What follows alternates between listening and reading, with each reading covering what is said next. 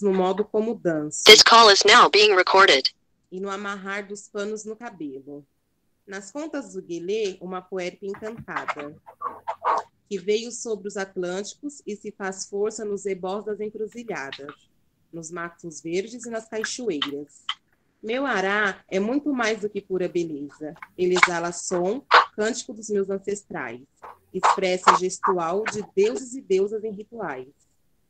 De criação, alegria, proteção e irmandade. Quando ando, meu corpo é uma escultura de ébano bordado em cobre, ouro e prata. Uma metáfora a ser revelada. Ele se movimenta como as águas em uma bandeira de muitas divindades. Não toque no meu corpo, nem sem a devida licença, senão ele corta. Ele também é ferro, é espada, é punhal, é faca.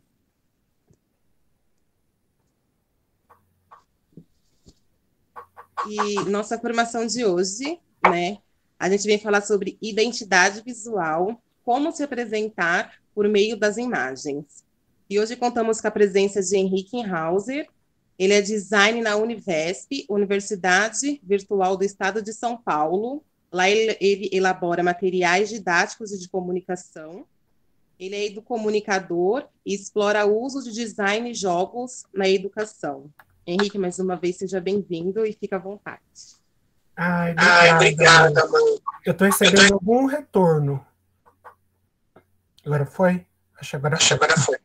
Não, estou recebendo ainda. Acho que é algum microfone. Parou? Acho que agora foi. Obrigado, Amanda, pela apresentação. E também queria agradecer o convite.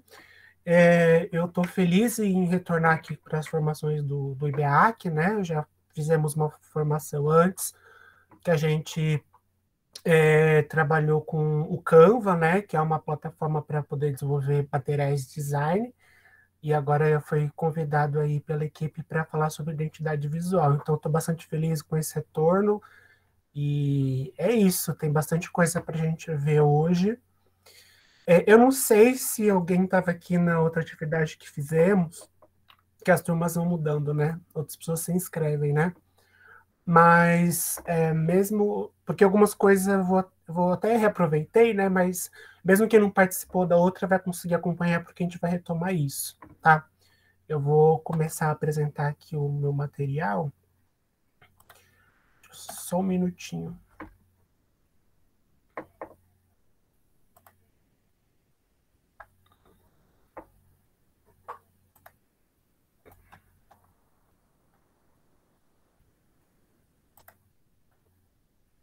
Eu só preciso de um ok se está aparecendo a apresentação quando aparecer. Tá sim. Então tá ótimo. Bom, a gente vai falar sobre identidade visual hoje. E a identidade visual, na verdade, né, ela é um conceito, né, que ela que vem da produção de design, né, design gráfico, né, quem trabalha muito com comunicação, com material visual, né, mas ela não anda sozinha, né, é uma estratégia de comunicação que ela anda junto com outros termos e com outras ferramentas que a gente utiliza quando a gente vai se comunicar, seja pelas redes, pelo material impresso, né? E eu separei 3 deles, né, que eu acho que são importantes, além da identidade visual, eu separei outros 2 que eu acho que são importantes para a gente começar a entender o que é uma coisa e o que é outra, né? Então, a pergunta que eu faço primeiro, o que é uma marca, né? O que é um logotipo e o que é uma identidade visual. Eu não sei se alguém quer arriscar o que é uma definição de cada um, acho que ia ser legal.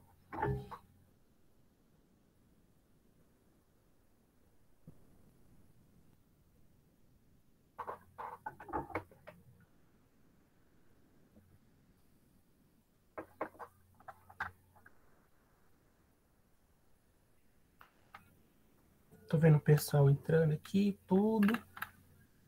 Cláudia, também tô feliz de estar com você de novo aqui. Então, Henrique, eu vou super chutar. Vai lá, Amanda. Eu acho que a marca é quando você traz algo que é seu, você quer apresentar, né, com a sua cara, né? E o seu logotipo, eu acho que é isso mesmo também, trazer mais do seu jeito. E a sua identidade é você trazer a sua apresentação, sabe? Você, não sei se tipo roubar, focar, pegar a ideia de outra pessoa, eu não sei se seria isso. Seria você trazer a sua marca mesmo, você focar no exemplo, no seu estilo, no que você faz, trazer a sua marca nisso, né? Na verdade, nenhuma dessas definições, elas são muito exatas, assim, dentro da área, né? Mas eu acho que você passou por pontos bem interessantes, porque são três... o objetivo, né, quando a gente vai falar de identidade visual, é diferenciação, de fato. Então, faz todo sentido o que você disse, né? O que a gente traz enquanto uma característica nossa, particular, tudo, né, que a gente consegue se apresentar, né, um pouco dessa personalidade. O que esses três conceitos vão fazer é meio que trazer em camadas isso para a gente, né? Então, por exemplo, eu vou utilizar uma marca só para fins de ilustração, e eu vou trazer o exemplo do TikTok, por exemplo, né? Depois a gente vai ver outros exemplos, né? Mas eu resolvi pegar uma marca bastante contemporânea, assim, porque a gente está falando de identidade visual desde os anos 60, né? Então é uma estratégia ainda bastante relevante. Mas alguns materiais de design e de publicidade, muito porque a questão de identidade visual vem muito das estratégias de publicidade, a princípio, depois isso muda, eles trazem alguns conceitos como, por exemplo, ó, nome, símbolo gráfico, logotipo ou combinação desses elementos, utilizado para identificar produtos ou serviços de fornecedor-vendedor e diferenciá-lo dos demais concorrentes. Algumas coisas sobre essa definição, que ela está no ABC da ADG, que é a Associação de Designers Gráficos do Brasil, ela está muito pautada dos conceitos do mercado, né? Eu tinha falado, né, que essas estratégias elas nascem nesse meio mais mercadológico, mas ela já traz algumas coisas, né, que é uma questão do símbolo gráfico, né, a identificar produtos, né, e diferenciá-lo dos demais, né. Então, traz um pouco desse traço da personalidade, e aqui está falando sobre coisas específicas, né, palpáveis não diria, né, mas elementos, né? Então, o nome, o símbolo gráfico, o logotipo, então, por muito tempo, o entendimento sobre marca foi esse. Mas tem algumas definições mais contemporâneas que elas trazem aspectos que eu acho bastante interessantes para entender. Essa eu peguei, por exemplo, da autora Camelo, e ela fala que algumas definições propõem uma abordagem mais ampla e subjetiva, que posiciona a marca como elemento pertencente a um sistema mais complexo de geração de valores tangíveis e intangíveis para empresas e consumidores. O que ela quer dizer? Ela quer dizer que, assim, temos esses elementos de diferenciação que são de imagens, que é um logo, que é o nome, tudo, né? Então, por exemplo, a gente tem o TikTok, vamos dizer. Então, tem o nome TikTok, alguém criou esse nome, e também vai ter o logo do TikTok, né? Que tem aquelas cores, aquela fonte específica, né? Então, isso são esses elementos tangíveis. Aí, só que ela coloca um outro ingrediente na receita, que é os elementos intangíveis, né? Que daí a gente começa a pensar sobre os valores que essa instituição ou marca ela quer carregar quando ela apresenta esses materiais de comunicação, né? Aí eu trouxe, por exemplo, a definição que está no próprio site do TikTok sobre a marca deles. Eles falam que ele é assim: nós celebramos a energia incansável, a criatividade e expressão de nossos usuários. Este é o coração pulsante do TikTok. Nossa identidade é feita de camadas de conteúdo que se remixam e atualizam constantemente, encorajando você a descobrir mais. Então, veja que aqui a gente já sabe muito sobre essa marca, né? A gente já sabe quais são os valores, o que elas buscam, que tipo de usuário elas querem atingir. Só que a gente não viu nada de visual a princípio, a gente não viu nenhuma cor, nenhuma fonte, nada, né? Então, eu acho interessante começar assim, porque a gente já começa a perceber que a marca ela pode começar a partir do momento que existe um nome. Então, eu que fiz um projeto e criamos um nome, né? Então, a gente já tem uma marca ali, que a gente pode eventualmente depois registrar, né? que é até importante, né, para não ter alguém pegar a sua ideia e tudo, né? Mas isso a gente já está considerando uma marca, né? Então, isso é uma leitura mais atualizada, né? Mais contemporânea do que marca pode ser. E aí, quando a gente fala de logotipo, aí a gente pode estar falando especificamente sobre os elementos visuais que vão ajudar a gente a expressar esses valores, né? Então, essa definição diz o seguinte, que o logotipo é a forma gráfica específica para uma palavra, de modo a caracterizá-la com uma personalidade própria. Elemento de identidade visual comumente denominado abreviadamente de logo, né? Então, muita gente chama mais de logo do que de logotipo. E é marca comercial de uma empresa constituída por uma ou mais palavras ou por um grupo de letras grafadas em desenho e estilo característicos. Então, é assim, nós tem a proposta da empresa TikTok que a gente colocou, né? E como é que a gente vai representar ela visualmente, né? Então, ele vai começar a utilizar desses recursos, né? Então, ele vai utilizar cores para se aproximar do público, né? Que nem aqui ele fala sobre... A descrição falava muito sobre umas pessoas que são incansáveis, são criativas, e as coisas estão sempre em movimento, né? E aí eles já criam essa tipografia com um efeito que parece que está meio se mexendo, né? Mesmo que ela esteja totalmente parada, né? Porque ela tem essa sobreposição, né? Então eles vão começando a criar esses elementos, e o uso das cores fortes também, né? Que atrai um público mais jovem, né? Uma coisa mais animada. Então, aqui, logotipo, a gente está falando sobre a representação gráfica através de símbolo e de fonte daqueles valores que a gente viu lá atrás, né? Então, é como se esse logo aqui fosse a representação mais básica visual do que é essa empresa, né? Então, começa por aqui, né? E aí a gente vai expandir a identidade visual a partir desta criação, né? Que é como eu vou mostrar agora. E aí, o conceito de identidade visual, essas definições eu estou pegando a maioria deles desse material do glossário da ADG, de designers gráficos, que é um material bastante sucinto e legal. Ele fala que é um conjunto sistematizado de elementos gráficos que identificam visualmente uma empresa, uma instituição ou um produto, personalizando-os, tais como um logotipo, um símbolo gráfico, uma tipografia e um conjunto de cores. Então, aqui a gente começou com um nome que passava algumas ideias para a gente, com alguns valores de uma instituição. Nós pulamos para uma representação visual mínima, que é o logotipo, que daí já tem fonte e cores, né? E agora a gente já está falando sobre um universo de elementos visuais que compõem essa marca, né? E que vão reforçar esses valores toda vez que eles forem se comunicar com o público deles, né? Tanto que vocês podem perceber que em alguns elementos, que nem, por exemplo, essa imagem do celular, eu não vejo o logotipo, mas eu vejo as cores e vejo a fonte e vejo as imagens que eles colocam. E isso já me faz criar uma leitura, faz ter uma leitura que eu identifico. Isso aqui é um material que foi desenvolvido pelo TikTok. E por que que...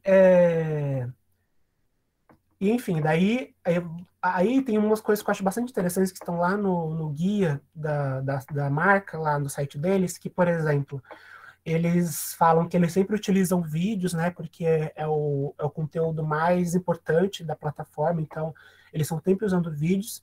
Se vocês forem ver, aqui está pequenininho, mas essas imagens aqui, ó, vocês vão ver que elas estão sempre no formato do próprio celular, que é onde acontece o TikTok. Então, mesmo que esteja no computador, eles sempre vão utilizar imagens com esse recorte, né? Que é esse recorte retangular, vertical, né, de pé, né? Para sempre relembrar que onde está o serviço deles, né? Onde está a comunidade deles, né? Está lá no celular, através dos vídeos.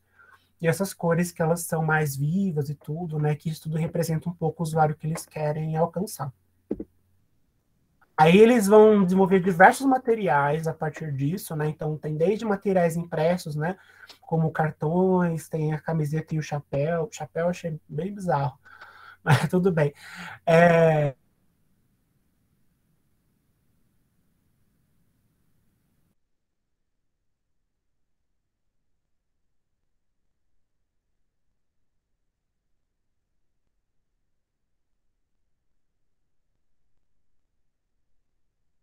A mensagem, a partir dos elementos visuais e não usando apenas o logo ou o nome, né? Então, é um pouco disso.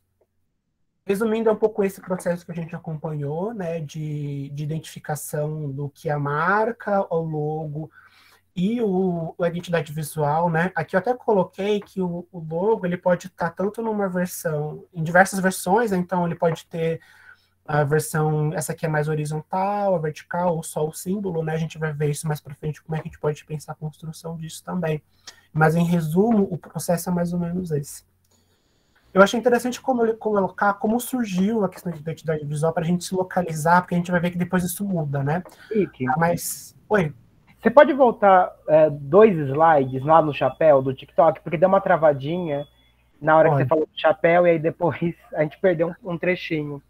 Ah, sim, não. Assim, o que eu estava querendo dizer aqui é que eles vão criar esse universo de comunicação, então eles vão reproduzir isso onde eles puderem, né?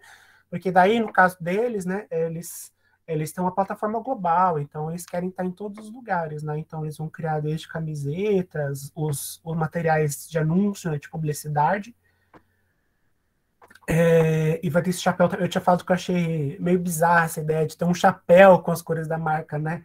Eu acho meio complicado, assim, né? Mas eles fazem de tudo, né? Então, alguém vai querer usar.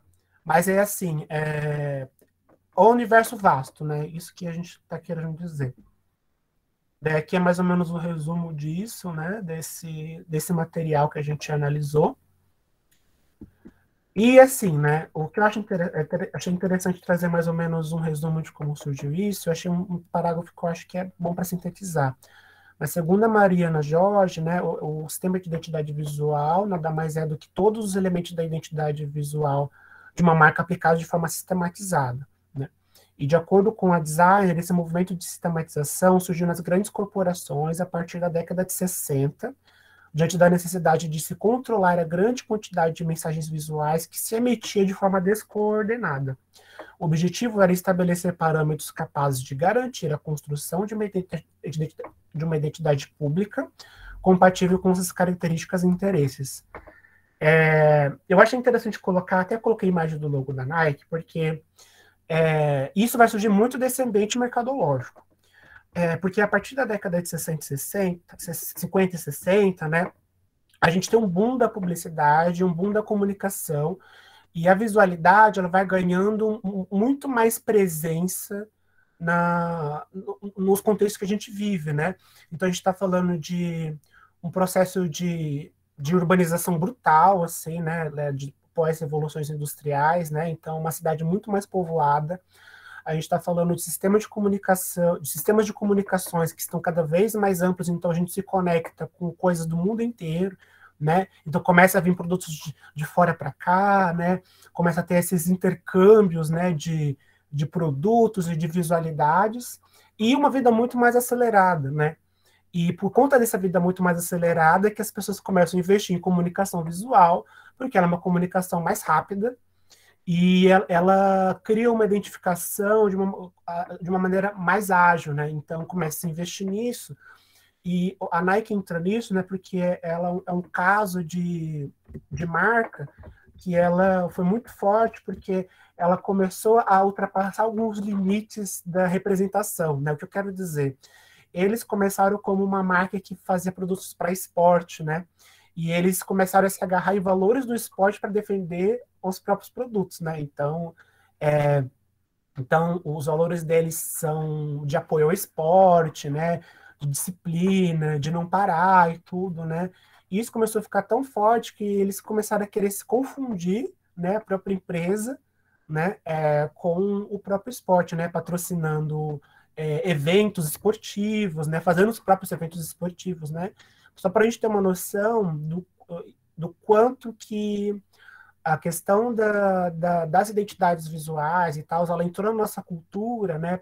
Mesmo que por meio do consumo, de uma maneira muito brutal. E a gente não consegue mais dissociar um pouco disso.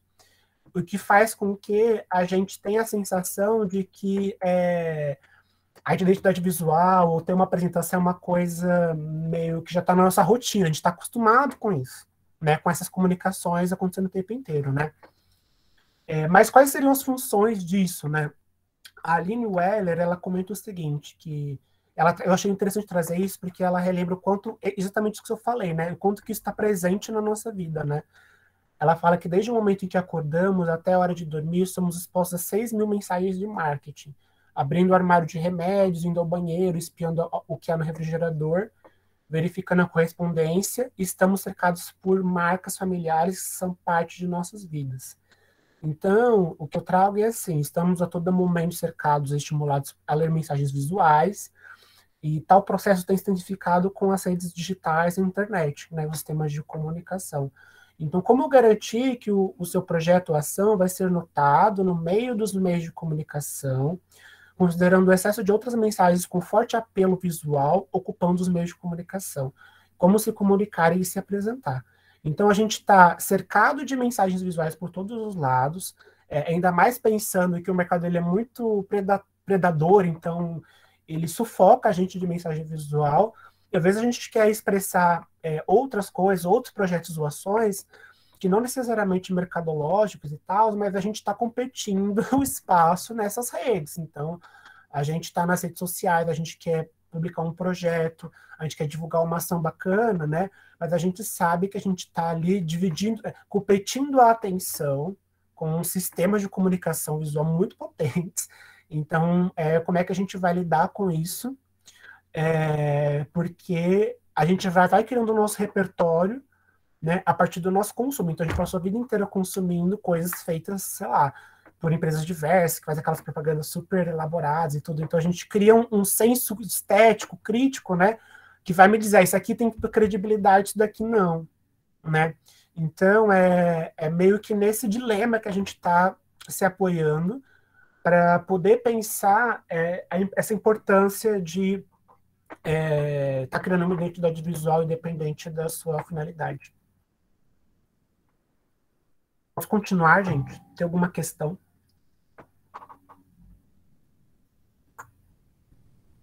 Henrique, eu queria fazer uma pergunta. Desculpa se eu fizer uma pergunta e ela estiver fora do que você está explicando. Não, Tá? faço. Tá falando sobre marca. Se de repente eu fiz a criação de uma marca e tô achando que eu criei, né? E de repente isso não foi verdade. Nem um exemplo. Quando eu vendia lanche, aí eu achei que eu tinha inventado o nome Birosca, né? Depois eu fui ver que não, que já tinha. Mas estava ali se achando, radiante. Mandei até fazer a camiseta. E aí, assim, para não ter processo nem nada, como que você consegue descobrir que realmente a marca é só sua, que não tem outras? Tá. Eu até comento mais lá na frente, né? Mas a primeira coisa que você faz, né? Pelo menos eu costumo fazer, logo na definição do nome, é sempre fazer uma pesquisa, né? Então, vou ter que inventar o nome de qualquer coisa, né? É que isso é muito comum. É muito comum ter marcas com nomes repetidos, né? Ainda mais que às vezes quando são produtores individuais, né? Que às vezes estão equipes menores, tudo, né? Isso é bastante comum. Mas a primeira coisa que eu sempre recomendo e faço tipo, essa pesquisa grande mesmo, sabe? De saber se existem outros produtores, né? Criadores. Nas redes sociais tem nomes parecidos com os seus, então assim, vai no Instagram, coloca o seu nome, coloca até o seu nome com outras grafias. Então, por exemplo, se você escreveu Birossa com K, coloca com C também, porque se outro tiver com uma grafia diferente da sua, mesmo que seja um detalhe diferente, talvez não valha a pena você manter, porque pode se confundir quem for falar o nome disso. Então, fazer esse pente fino de tudo, e no Facebook também, sabe, dar essa olhada. Eu acho que é uma maneira de você se resguardar, de não ter que, às vezes, ceder. O que acontece é que, vamos supor, você fez essa pesquisa, você inventou o nome que você faz, eu acho que não vai ter perigo. O mesmo que tenha um nome que seja próximo, mas não é exatamente a mesma coisa, né? Então, vamos supor, você fez uma Birosca Lanches, mas você tem gente que tem uma, sei lá, Birosca da Kátia, que aí ela vende, sei lá, produtos de casa, sabe? Que tem uma finalidade completamente diferente. Aí você consegue até negociar. O que se faz diante disso, quando você vê que seu nome é ok, é um registro, né? Tem alguns lugares que você consegue fazer registro, no problema é que ele é pago, né? A última vez que eu tinha visto era que tava por volta de, sei lá, uns R$ 300 para registrar uma marca. Então, um preço bastante alto, mas é porque esse é um preço, é um valor que tá, tem empresas que estão comprando isso, sabe? Então, é um pouco, tipo, eu realmente vou investir nesse projeto, assim, né? E aí você pode até estar registrando isso. Sem esse registro, você acaba ficando um pouco sensível, né? Mas aí a gente acabaria entrando na seara de, assim, de direito autoral, né? De patrimônio intelectual e tudo, né? Que daí a gente precisaria olhar isso com mais calma, certo? Mais questões?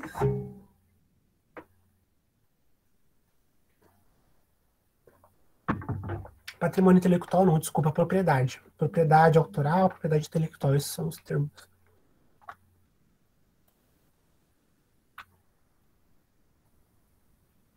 A Cláudia perguntou se existe algum site, lugar de registro de marca específico que possamos consultar. Tem, que eu não lembro o nome de cabeça. Ai, gente, eu não lembro o nome de cabeça, mas tem sim, eu até vi esses dias, eu estava pesquisando. Eu acho que eu vou fazer assim, eu vou ver e depois eu vou colocar no grupo para vocês.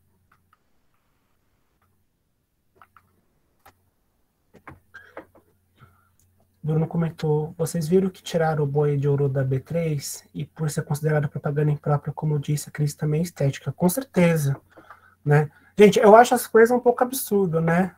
Diante da situação que a gente tá, né? É isso que eu estava falando, né? Quando a gente fala do aspecto predatório das empresas, né? Então, elas são muito boas em cercar a gente com essas mensagens visuais, então acho que é realmente importante ter um posicionamento crítico quanto a isso, né? Porque isso acaba entrando na nossa vida, né? Os valores, né, mais de consumo de mercado acabam entrando na nossa vida se a gente perceber, né? É que ele estava tão escrachado, né, que não tem como não se indignar diante disso, né? Mas ainda bem que saiu aquele boi, que ainda por cima ele era meio cafona, né? Meio feio, né? Ai, gente. Mas é isso, depois eu vou publicar lá o site sobre registro de marca no grupo para vocês. E aí, voltando sobre a questão da utilidade da identidade visual, né, a Alina também ela comenta que uma identidade visual fácil de lembrar, imediatamente reconhecível, viabiliza a conscientização e reconhecimento da marca, né? Então, se você escolher um dos elementos certos, você sabendo trabalhar eles, né, você vai conseguir a sua ação, o seu projeto, instituição, ele seja reconhecido com mais facilidade, né? Ela fala que ela traz também a Sylvia Harris, né? Que ela diz que uma identidade ela pode, por exemplo, expressar que espécie de organização você é. Então, se você é uma organização de produtos, você vende alguma coisa, ou se você é um coletivo, ou se na verdade você é uma organização pública, né? Então você consegue expressar isso, garantir ao público que você realmente é aquilo que quis dizer, né? Então é meio que a amostra, né? Então você querendo dizer o que você é, né? Quais valores você defende, conectar empresa, instituição a imagens e ideias, né? Que é uma coisa útil pensando no contexto que vivemos, que muitas mensagens de comunicação estão ligadas a imagens. Você viu como fio condutor para construir um patrimônio ao longo do tempo, né? Então, criar essa memória nas pessoas, né? De quem vocês são, né? De que vocês fazem, né? Então, eu falo um pouco disso, né? Proporcionar consciência nos canais de comunicação, que daí é que nem eu comentei, o reconhecimento do seu projeto, né? E aí eu até trouxe aqui para mostrar para vocês que o quanto que isso tomou tanto a nossa cultura que a gente já vê identidade visual para tudo. Então, a gente falou do TikTok como empresa, né? Então ela tem uma visão de lucro. E isso, o INPE, que eu vou comentar. Então, o TikTok tem uma visão de lucro, né? Quanto a gente tem padrões de identidade visual para instituições públicas, né? Que não, o governo do estado de São Paulo tem um manual de identidade visual, então ele cria alguns critérios para poder fazer a produção de peças de comunicação, de informação também, né? Então, materiais de sinalização, né? Que vão ficar às vezes nas ruas ou tudo, né? Para redes sociais ou para outras cartilhas, né? Materiais são para as redes, então eles criam esse padrão. E eu também peguei esse projeto do cursinho EPA, que eu gosto bastante do projeto visual deles. É o cursinho Popular, e que também fez um projeto de comunicação, né, que eles utilizam as redes sociais para poder encontrar outros alunos, jovens que queiram participar, né, então, e para poder fazer essa ação nas redes, eles também se utilizaram do projeto de identidade visual. Eu vou mandar depois para vocês o PDF disso, e se vocês forem clicar em cima das imagens, tem o link para essas identidades visuais, daí vocês podem olhar com mais calma. Eu acho que eu vou abrir só o do EPA depois para a gente ter um exemplo. Acho que eu vou abrir agora. Mas... deixa eu ver aqui.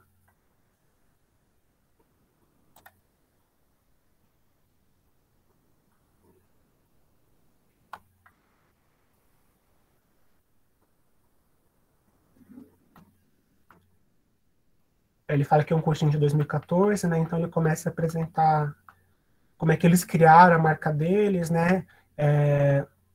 As formas que eles se basearam. Pegaram o formato da lente do óculos do Paulo Freire. Olha que coisa mais abstrata, né? Achei interessante isso. Mas eles vão explicando como é que eles chegaram no nome, né? Como é que eles chegaram nos símbolos que eles utilizam, as versões que eles separaram, né, para diversos usos. Isso a gente vai ver daqui a pouco também. As fontes que eles utilizam para poder nas redes sociais deles, as cores que eles optaram, algumas peças que eles criaram para mídia social, até com alguns cartoons. Olha como é que ficou nas redes sociais, né? Então, eles criaram um sistema de identificação visual, e eles conseguiram aplicar isso depois na página deles, e isso vai gerar, espera-se, né, que gera-se um reconhecimento nas redes, né, que possa atrair outros alunos interessados, pessoas que estejam procurando um cursinho que seja acessível, né? Então, essa é uma estratégia que ela também acaba entrando nessas outras finalidades, né? Isso, tem uma apresentação bem legal deles. Eles fizeram até camiseta, bolsa, caneca, tudo. Bem legal esse projeto. Eu tinha visto no Facebook, acho que eles estão ativos ainda, inclusive, acho que eles são de Curitiba, algo assim. Aí a Sheila comentou, né, que é o INPE, né, que faz Instituto Nacional de Propriedade Intelectual. Obrigado por ter visto isso, é exatamente ele que faz. Ela comentou, né, que todo requerimento é feito de forma online, desde o preenchimento dos formulários até o envio dos documentos solicitados. E ao longo do processo, você precisará pagar algumas taxas pelos serviços prestados. Né, eu tinha visto, a última vez que eu vi, saía por volta de R$300 fazer esse registro. Aí, voltando para a apresentação, e aí agora a gente vai entrar nos aspectos mais práticos da coisa, né? Como é que a gente cria identidade visual? E antes, assim, eu acho que ia ser bacana a gente ver alguns critérios, né? A Lina, né? Ela é uma autora, ela fala sobre brand, né? Que é um nome americanizado para marca, né? Tem muitos nomes em inglês quando se trabalha nessa área, me irrita um pouco. Mas é assim que a gente acaba achando os conteúdos, né? Porque o nome dela é justamente Branding Designer, então não tem muito como fugir. Mas ela cita alguns critérios interessantes na criação de uma identidade, né? Então ela fala sobre audácia, memorização e adequação, né? Então, não ser uma marca muito, como é que eu posso dizer, muito literal, sabe? Então, seja ser criativo, né? Fazer coisas que não fujam, não caem muito no lugar comum, né? Ou ter reconhecimento imediato, proporciona uma imagem clara e consistente para a empresa, né? Comunicar personalidade, proteção jurídica, né? Que a gente estava falando aqui agora, né? Fazer uma marca, né? Registrá-la, né? Isso também cria uma proteção para que ninguém depois possa utilizá-la e lucrar em cima disso. Tem que ver também se funciona bem na mídia e nas reduções ou ampliações gráficas e se funciona tanto em preto e branco como em cores, né? Então ela está falando assim, você fez um projeto, né? Então vamos ver se atende a esses critérios. Tem outros aqui, né? Ela fez até um esquema, né, de diferenciação, sustentabilidade, valor, né? Que são esses critérios que a gente pode estar se apoiando na hora de criar algo, né? Porque senão a gente pode acabar... Porque quando a gente mexe com o visual, né, a gente fica muito refém, às vezes, do nosso gosto, né? Então a gente tem um gosto, porque a gente tem um repertório, a gente gosta de determinadas cores, de determinadas formas. A gente pessoalmente se identifica com alguns elementos visuais, né? Só que o projeto de identidade visual, né, ele pode ter a ver com você se for a sua marca. Então, por exemplo, eu, Henrique, vou fazer uma apresentação para oferecer o meu serviço, e eu quero que reflita a minha personalidade. Né? Mas enquanto o quê? Enquanto designer, enquanto artista, ou enquanto professor. Sei lá, eu posso fazer, inclusive, algo que misture tudo isso, eu posso fazer apenas para um desses fragmentos, assim, né? Então, falei, não, eu vou fazer uma identidade visual para poder me apresentar enquanto professor. Então, isso vai mudar os critérios que eu vou utilizar na hora de criar, né? Porque daí não é eu, Henrique, artista falando, é um fragmento disso, né? E pensa quando a gente está fazendo isso em grupo, né? Então, estamos em grupo, temos um grupo de pessoas, nós temos um projeto que queremos divulgá-lo, queremos apresentá-lo visualmente. A gente tem que refletir o grupo, né, de alguma forma, né? Então, como é que esse grupo quer junto se apresentar, né? Então, a gente, às vezes, não pode recorrer muito simplesmente ao gosto, né? Porque o gosto é muito arbitrário, é muito subjetivo, né? Então, a gente tem que recorrer, tomar algumas decisões, né? E criar uma identidade visual é sobre tomada de decisão para poder criar uma comunicação que vai se conectar com as pessoas que você quer, né? Então, esses são alguns critérios que ela elenca para a gente.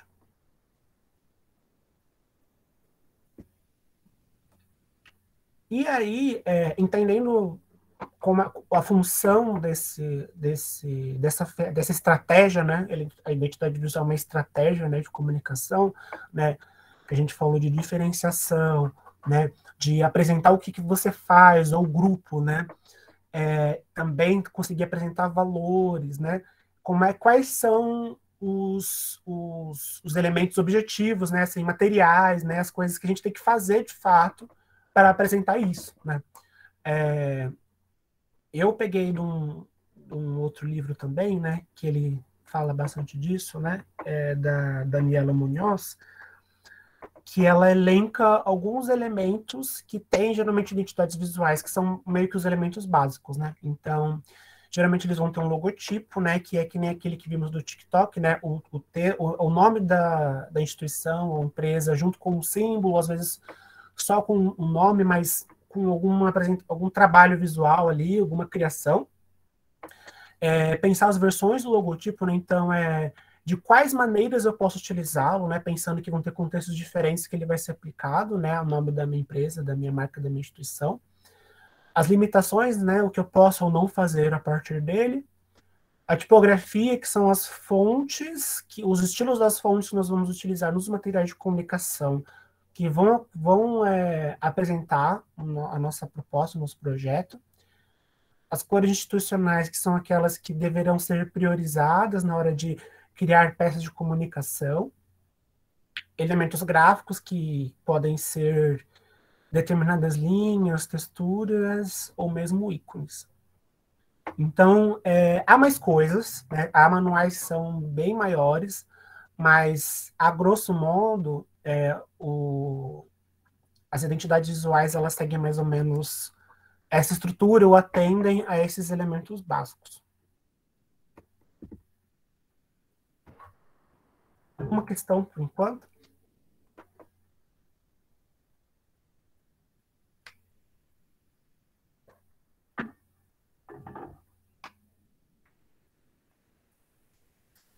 Então, nós vamos partir para um outro momento agora da nossa atividade aqui. Eu queria demonstrar como é que pode ser o processo de construção de uma identidade visual, só que, ao mesmo tempo, eu sei que muitas pessoas, né, a gente até fez a outra oficina sobre o Canva, utilizam essa ferramenta para poder fazer seus materiais de comunicação. Então, pensando nisso, que eu pensei, né, comigo, né, eu falei, nossa, eu vou tentar criar um caso, né, uma situação, né, um exemplo para poder ilustrar uma criação de uma identidade visual de uma maneira sintética, mas dentro do Canva. Então, construir uma historinha, e aí a gente vai acompanhar isso para pensar nesse processo de criação da identidade visual. O caso é o seguinte: a Luísa, ela é uma professora de matemática e que tem a ideia de oferecer na internet um serviço de aulas de reforço para adolescentes que prestaram vestibular. Os conteúdos que produzirá são: ela vai fazer lives, ela vai oferecer dicas rápidas nas redes, videoaulas, ela vai oferecer aulas particulares pagas, né, como ajuda de custo, né? E o seu intuito é, para além de oferecer um serviço, criar uma pequena comunidade da qual os seguidores se ajudem, tirando dúvidas, compartilhando descobertas e desafios na difícil tarefa de explorar as exatas. Então, aqui ela tem um propósito, né? Que até coloquei aqui nos objetivos, né? Através da comunicação, a Luísa quer reforçar a ideia que a matemática não é um bicho de 7 cabeças e que há espaço para um erro e acerto quando se estuda em grupo. Então, ela está com essa ideia, ela está com esse projeto, e os valores e conceitos que estão rondando esse projeto são exatas e aprendizagem, mas principalmente motivação, coletividade e jovialidade. Então, porque exatas e aprendizagem é meio que a descrição do que ela vai fazer. Então, isso já vai estar dado ali pelo serviço dela. Mas os valores que ela realmente quer se apoiar na criação dessa comunicação é a motivação, porque ela sabe que o ensino de aprender ciências exatas é uma coisa difícil, né? Quando você está nessa fase de prestar vestibular, ou mesmo na escola. A coletividade, porque o intuito é fazer com que as pessoas sintam a vontade para tirar dúvidas, para que elas resolvam questões juntas, que elas façam, que elas criem uma comunidade, né, para que elas, ou pelo menos um pequeno grupo, para que elas estejam juntas nesse processo. E a jovialidade, porque ela tem um público específico, que se localiza nesse momento da vida, né, que é entre o fim do ensino básico, né, mas começando a prestar essas provas e tudo. E então é importante que elas tenham esses valores reflitam na construção dessa marca. Aí, a primeira coisa que se foi construída assim, né, nesse trabalho fictício, né, foi um nome, né? O nome sugerido foi o Bora Somar, e aí que daí ele vai juntar alguns aspectos. Gente, isso aqui é tudo uma grande ficção, tá? Uma historinha, não existe, não. Né? Eu montei aqui mais pra gente ir entendendo esse processo juntos, assim. E dentro do Canva, né? Porque eu até pensei, falei, poxa, eu vou pegar algum projeto bom para mostrar. Só que os projetos, quando são de fora, eles são feitos em outras plataformas, eles utilizam outros recursos, né? E acho que ia ser legal que a gente experimentar, inclusive, confrontar as limitações do Canva para criar. O cachorro tá latindo um pouco, tá, gente? Desculpa. Mas, então achei legal meio que fazer isso do zero, assim, pra gente pensar junto. E até coloquei, né? É importante, a Luísa conferiu na internet antes se não há nenhum outro projeto ou são partidos com o mesmo nome. Em caso afirmativo, a ideia deve ser alterada, né? Então, quais são os valores que a gente conseguiu expressar aqui, né? A gente utilizou uma linguagem mais informal para tentar se comunicar com os jovens, né? Utilizando uma gíria do Bora, que já traz um pouco a energia de motivação, né? Então, bora fazer alguma coisa, bora se juntar para estudar, né? Então, que era uma dos valores que a Luísa queria defender ali na comunicação dela. E o Somar, que já traz não só a questão da coletividade, né, de trazer todo mundo para fazer junto, mas como também é uma referência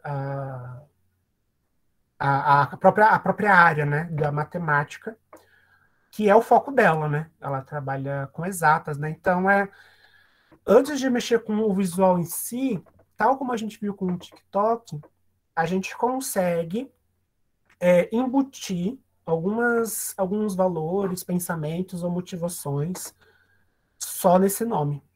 certo?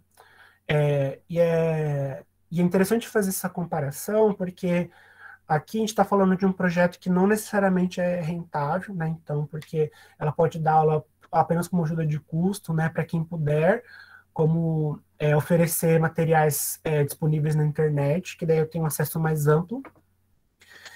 Enquanto a gente estava, do outro lado, a gente estava falando do TikTok, né, que por mais que seja uma plataforma, entre aspas, gratuita, né, ele tem interesses econômicos ali que fogem um pouco da nossa dimensão, assim, né, de compreender, né, mas que está envolvido com mais patrocínio, né, então é o interesse também desse jogo do mercado, né, e aqui a gente está falando de um projeto que não precisa ter necessariamente isso, então a gente pode se apropriar dessas ferramentas para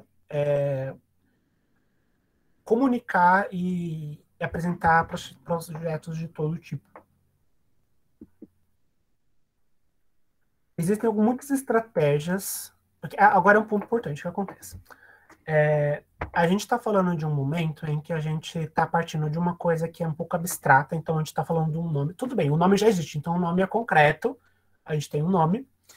Só que, como é que a gente vai trazer visualidade para isso, né? Esse processo é um processo que eu acho que é muito particular, mas a gente pode estimular isso de diversas maneiras. Então, vão ter uns que vão ficar ali no rascunho, então vão pegar ali, para fazer vários, pegar o papel e caneta, o lápis, vão ficar ali fazendo desenhos, ou testando fontes na mão mesmo.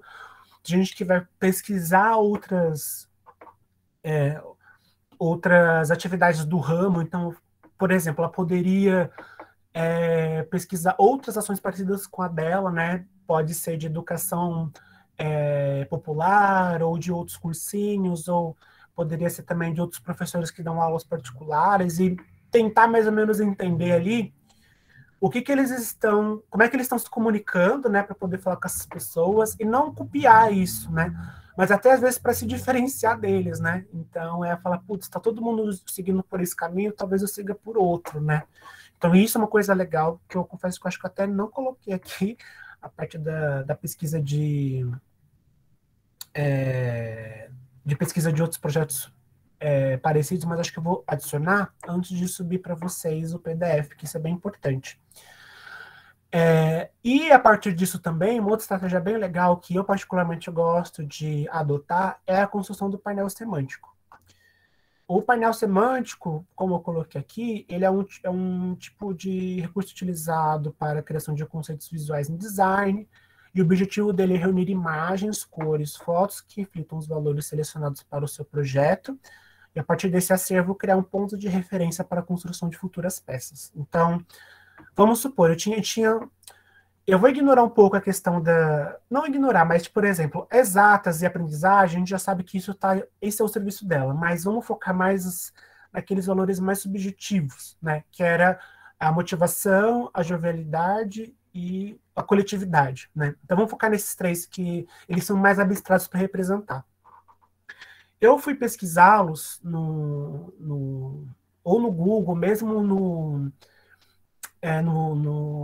tem uma ferramenta de pesquisa de imagens, né, no Canva, né? Então, daí eu selecionei algumas poucas imagens, às vezes tem mais, viu? Às vezes tem mais imagens. E eu deixei elas meio juntas, né? Então, quando eu pesquisei sobre coletividade, eu achei muitas imagens assim, que colocavam mãos juntas, né? Que dão essa ideia de que a mão tem essa coisa do fazer, né? Fiquei imaginando, né? Então, eu acho que se juntar para fazer alguma coisa acaba sendo muito representado por isso, né? Porque apareceram algumas imagens para mim quando eu fui pesquisar sobre coletivo, coletividade, etc, né?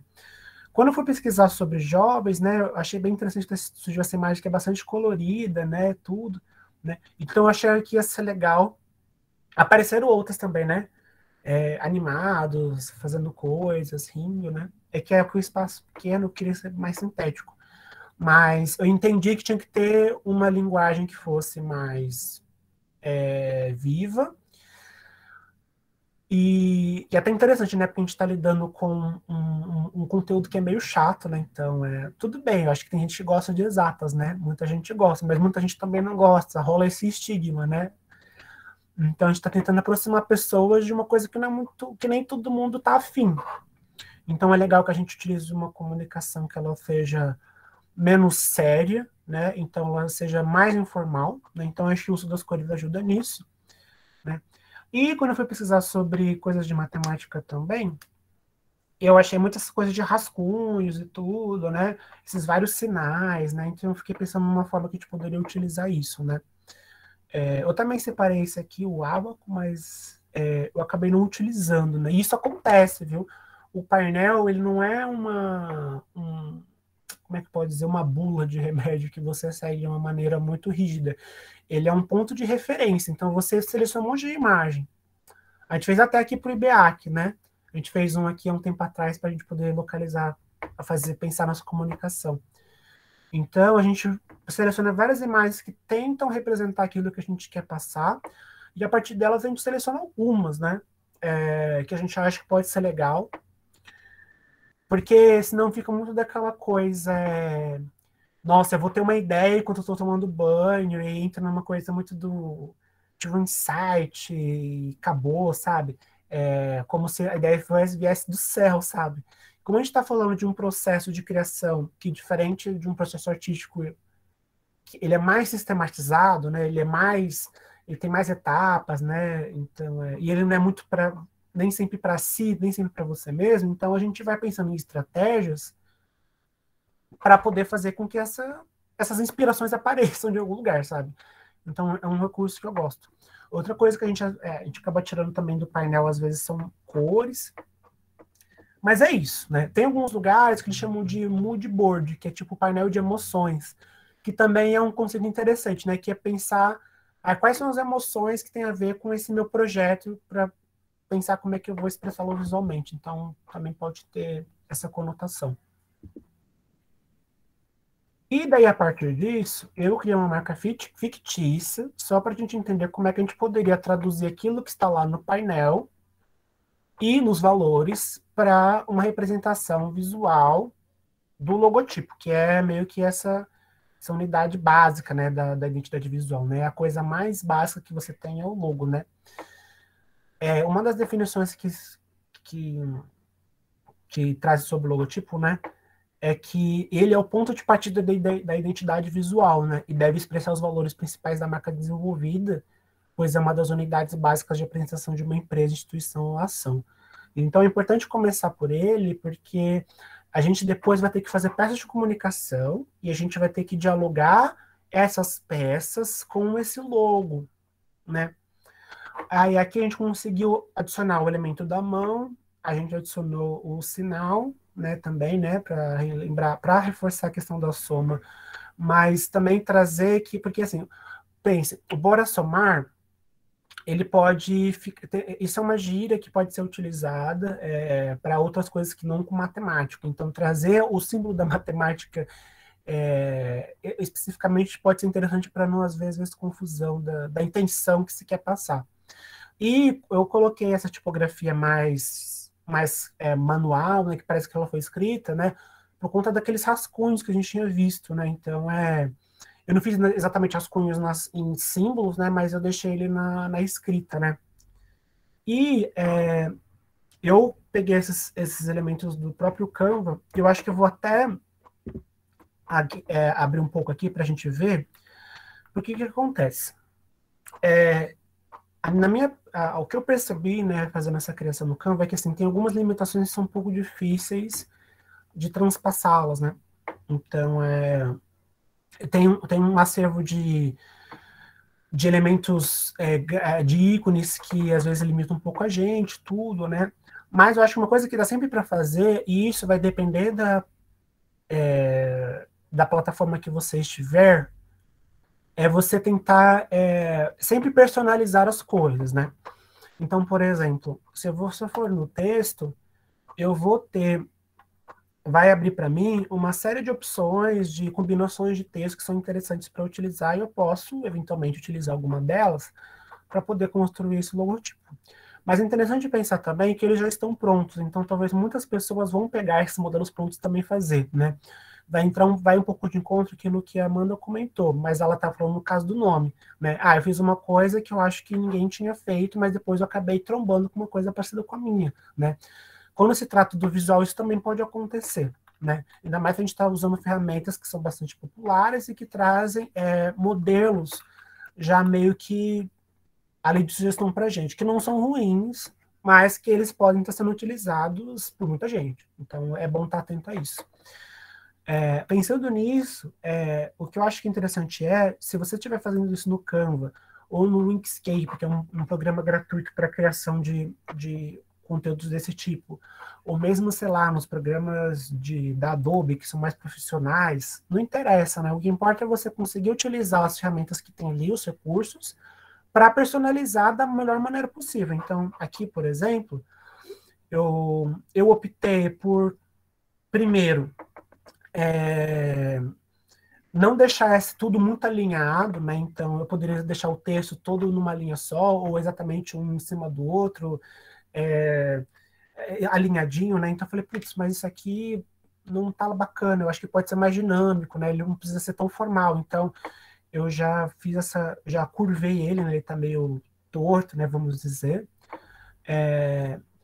Uma coisa também é brincar com os tamanhos do texto. Então, eu tenho o Borosoma de um tamanho, mas eu não preciso deixar a exclamação do mesmo tamanho. Ela pode apontar, ela pode ficar maior, ela pode até tentar um pouco para outra direção, sabe? Variem esses elementos. Então, vocês têm, dentro do próprio logotipo, vocês têm vários elementos aqui que eles não precisam estar todos numa caixinha fechado, sabe? Separe as letras, separe as palavras, aumente o tamanho de uma ou da outra. Mude um pouco essa posição, sabe? Vá fazendo testes que vão trazendo para vocês um pouco mais de personalidade, né? Porque senão a gente pode acabar, às vezes, ficando num lugar muito comum. Aqui eu só vou mostrar para vocês os testes que eu fiz antes de chegar nessa versão. E aí, o que eu queria comentar é que tem algumas coisas que são difíceis, às vezes, de criar, mas a gente vai sempre arranjando um jeitinho. Por exemplo, um dos primeiros testes que eu tinha feito era esse Bora Somar, que ele simulava uma conta de fato, né? Então ele tem o sinal do mais ali, onde geralmente a gente coloca, ele tem essa barra que ela separa do resultado, né? Mas eu fiquei pensando, putz, isso aqui tá muito literal. Ele tá muito... ele tá descrevendo, ele tá exatamente assim, copiando o que exatamente sabe? Ele não tá trazendo nada lúdico, nenhum outro aspecto, sabe? Então, eu achei que ele ficou muito restrito, né? Ele não traz, por mais que ele seja colorido, então, tipo, ele tá mais jovial, ele não tá tão formal, né? Até a fonte ela não é muito formal, mas ele ainda não fala, eu não consegui trazer a questão eu trago a questão da coletividade no nome, né? Mas poderia ser melhor, então eu achei que isso ficou um pouco restrito. Aí, colocando a mão, eu achei que ficou melhor. Eu até tinha preferido esse ícone dessa mão, eu gostei ela tá bem aberta, assim, achei bem bonito, mas, veja, eu senti que com as fontes que eu tinha disponíveis no Canva, né, eu sentia que o ícone e a fonte, eles estavam um pouco... Eles não estavam exatamente fazendo parte da mesma coisa, porque eles não estavam integrados, porque o ícone ele é bem mais fino do que as fontes que eu escolhi. Se você for ver a grossura, a espessura do traço, ele é bem mais fino. E eu não estava achando fontes finas o suficiente para acompanhá-lo. E eu também não consegui engrossar o ícone, né? E esse é um dos problemas que eu encontrei na hora de criar isso pelo Canva, que eu tinha comentado com vocês. Então, eu acabei optando pela outra mão, que ela tá fechada, né? Ou dentro dela tá preenchida, né? Mas é que eu senti que eu consegui fazer com que esses elementos de texto e de símbolo, eles ficassem mais integrados. Então, eu falei, então acho que não vai rolar muito eu fazer alguma coisa sozinho. Então, eu vou fechar e eu acho que aí vai ter um casamento melhor, né? Não necessariamente os logos têm símbolo, tem logos que são só mesmo o texto, né? Mas eu achei que ia ser interessante a gente testar com ele, porque a gente pode depois ver no manual a possibilidade de criações e de aplicações quando a gente tem um símbolo dentro da marca. Tem alguma dúvida, pessoal? Posso continuar?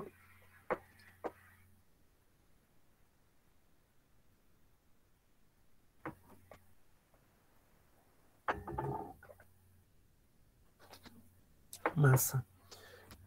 Aí uma coisa que a gente pode ter que pensar quando a gente está fazendo essa criação é que quando a gente vai fazer uma marca, isso já aconteceu algumas vezes comigo, então você tem muitas ideias, né? Então você quer... Como a gente tem... Lá atrás a gente viu, né? Temos valores que queremos que estejam embutidos dentro da marca. Só que às vezes são muitas coisas, né? Então, às vezes, quem está criando quer colocar, apresentar tudo, né? Então, isso é um problema, né? Porque às vezes acaba criando um símbolo gigantesco e cheio de detalhes, e é complicado. O grande desafio, né, na criação de identidade visual e do logotipo principalmente é a gente alcançar esse poder de síntese, porque isso depois vai trazer problemas. Se a gente não conseguir sintetizar isso de uma maneira bacana e eficiente, a gente vai depois ter problemas de aplicação. Por exemplo, acontece muitas vezes de você fazer logotipos que eles têm tantos detalhes que quando você reduz ele para colocar num lugar mais apertado, tudo, você perde tudo, você não consegue identificar o que é o que, você não consegue ler direito. Então, é importante que a gente faça esse trabalho de síntese para que a gente consiga ter... Não fique limitado, a gente consiga aplicar ele em diversos contextos. E mesmo ele sendo já sintetizado e já simplificado ao máximo, ele ainda pode ser... A gente pode ainda encontrar situações de aplicação que vai exigir da gente algumas saídas um pouco diferenciadas. Então, por exemplo, nos manuais de identidade visual é muito comum a gente trabalhar com as versões, diferentes versões para o mesmo logotipo. Então, aqui eu separei a versão horizontal, que daí é o símbolo com o texto ao lado. A versão vertical com o símbolo em cima e o texto embaixo, ou a versão apenas o símbolo, né?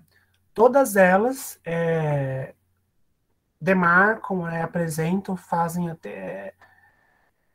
marcam a presença ali do projeto, né, daquele material de comunicação, mas, às vezes, você vai ter mais espaço mais deitado, no horizontal, você vai precisar colocar tudo numa coluna mais apertada, né? Então, é legal você ter isso, porque, vamos supor, você faz uma marca e você não vai aplicá-la sozinho. Então, você vai passar para uma outra pessoa, né? A gente faz um trabalho juntos e alguém vai precisar fazer um material de comunicação. E aí, se você não deixa isso especificado, pode ser que essa pessoa que talvez não está acostumada com uma marca que é sua, que você criou, você sabe onde ela fica bom e onde ela não fica, ela tome algumas decisões que descaracterize o seu logotipo e a sua marca. Vamos supor que ela, para poder fazer caber num lugar que está muito apertado na vertical, ao invés dela utilizar a versão justamente feita para isso, ela fica, eu só conheço essa aqui, eu vou apertar, apertar, apertar até caber, e aí quando vai ver, você não consegue nem ler direito o nome, não consegue identificar o símbolo e tudo. Então, ter essas versões, ela garante também isso, né? Que a gente pode ter uma aplicação desse material, né, e uma produção de peças que aconteça de uma maneira coletiva, né? Então, a gente deixar isso bem sistematizado e explicado garante que todo mundo vai estar falando a mesma língua, vamos dizer. Uma outra situação que pode acontecer é que, às vezes, e isso é muito importante na hora de decidir as cores da marca, que, vamos supor, eu tenho um material que eu vou divulgar, às vezes em parceria com outras instituições. Sei lá, a Luísa foi convidada para participar de um evento que vai ter outros educadores e ela quer mandar a marca dela para compor ali aquelas páginas que tem os participantes, os apoiadores, etc. E essa página, né, essa postagem, ela é da uma cor muito parecida com a do logo. Tipo um vermelho, sabe? Vermelho tomate, sabe? E aí o logo vai sumir, né? Quando você não vai conseguir ler nada. Então é legal você já deixar algumas opções para esse tipo de situação, que é o que se chama, dentro do design, de versões negativas, né? Porque elas trabalham apenas a silhueta da marca. E a gente pode separar a versão para fundos claros e para fundos escuros. Então a gente já consegue resolver, a gente consegue se antecipar a problemas de composição e de design, né? A ideia da identidade visual também é muito isso. Cria-se muitos manuais de identidade visual, é muito comum, assim. Então é um PDFzão que tem tudo isso organizado, né? Um pouco parecido com esse que eu estou mostrando para vocês, mas mais detalhado, com algumas medidas até, com mais informações.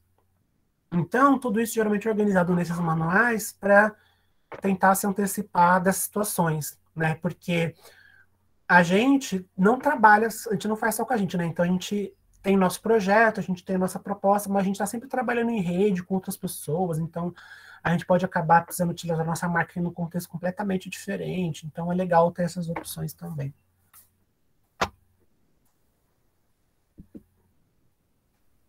Uma coisa que eu ia comentar, que eu acabei deixando passar, é que a própria definição de logotipo, se você for separar, ela vem da metade, logo é significado, e o tipo, ele é mais associado à questão da tipografia, né, que é a questão do texto.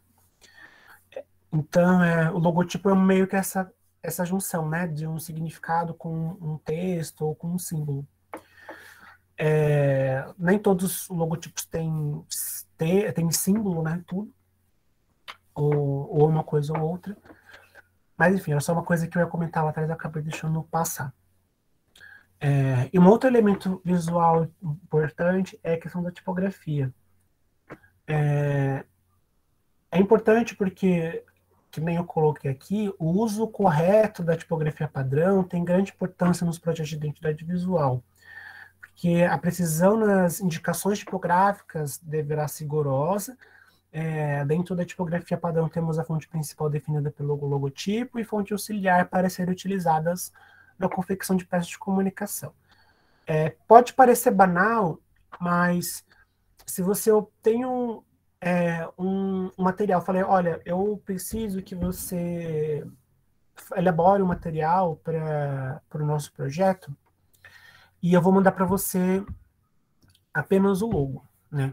E aí a pessoa depois acaba colocando várias fontes que não tem nada a ver com a identidade que você propõe, não tem nada a ver com o logo em si, sabe?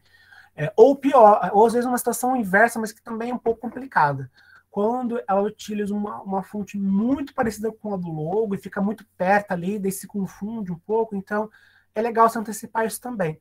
Por isso que se separa. Então tem a fonte que está lá no logotipo, que é aquela mais às que foi escrita à mão mesmo, que é aquela do logotipo da marca, é a fonte institucional, a gente pode chamar também de tipografia.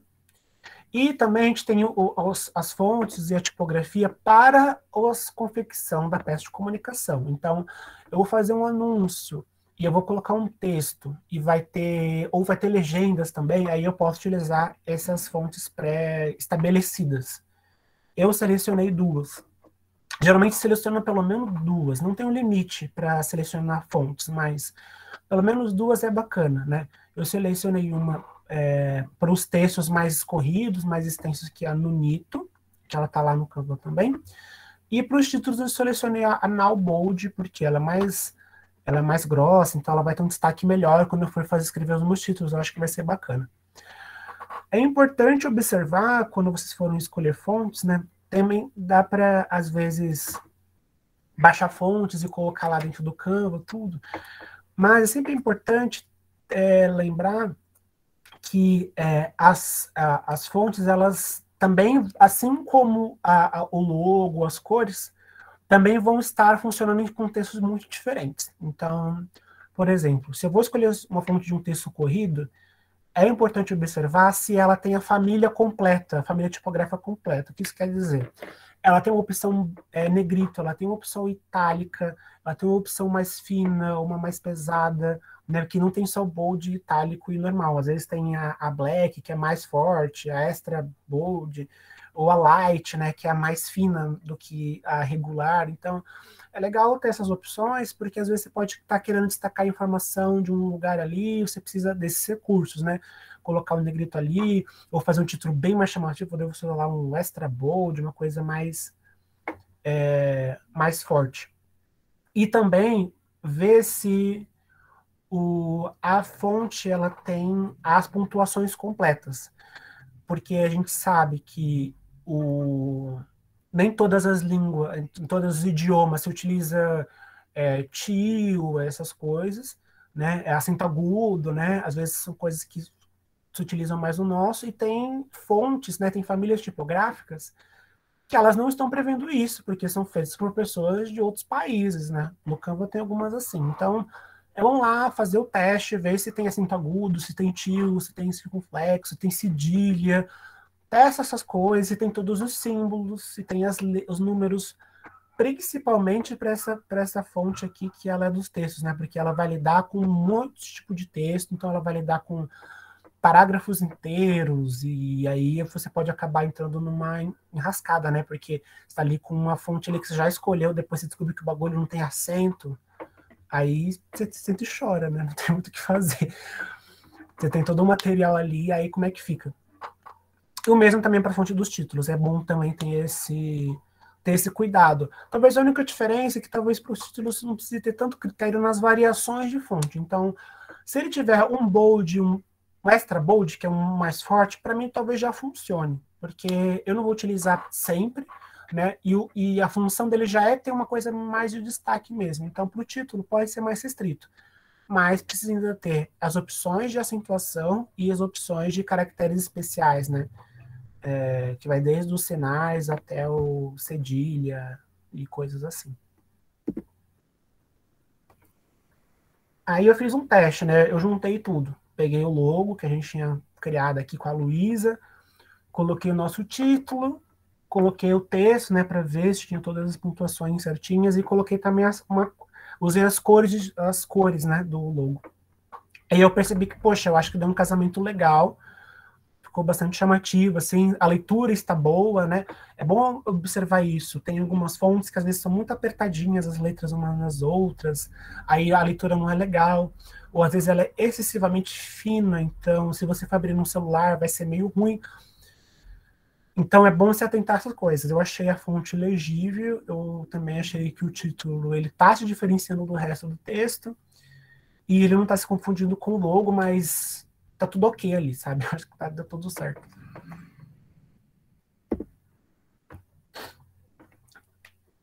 Uma outra coisa bastante importante, e eu diria que um dos elementos mais importantes na construção de identidades visuais, é a decisão das cores que vão estar disponíveis para a criação desses materiais, né?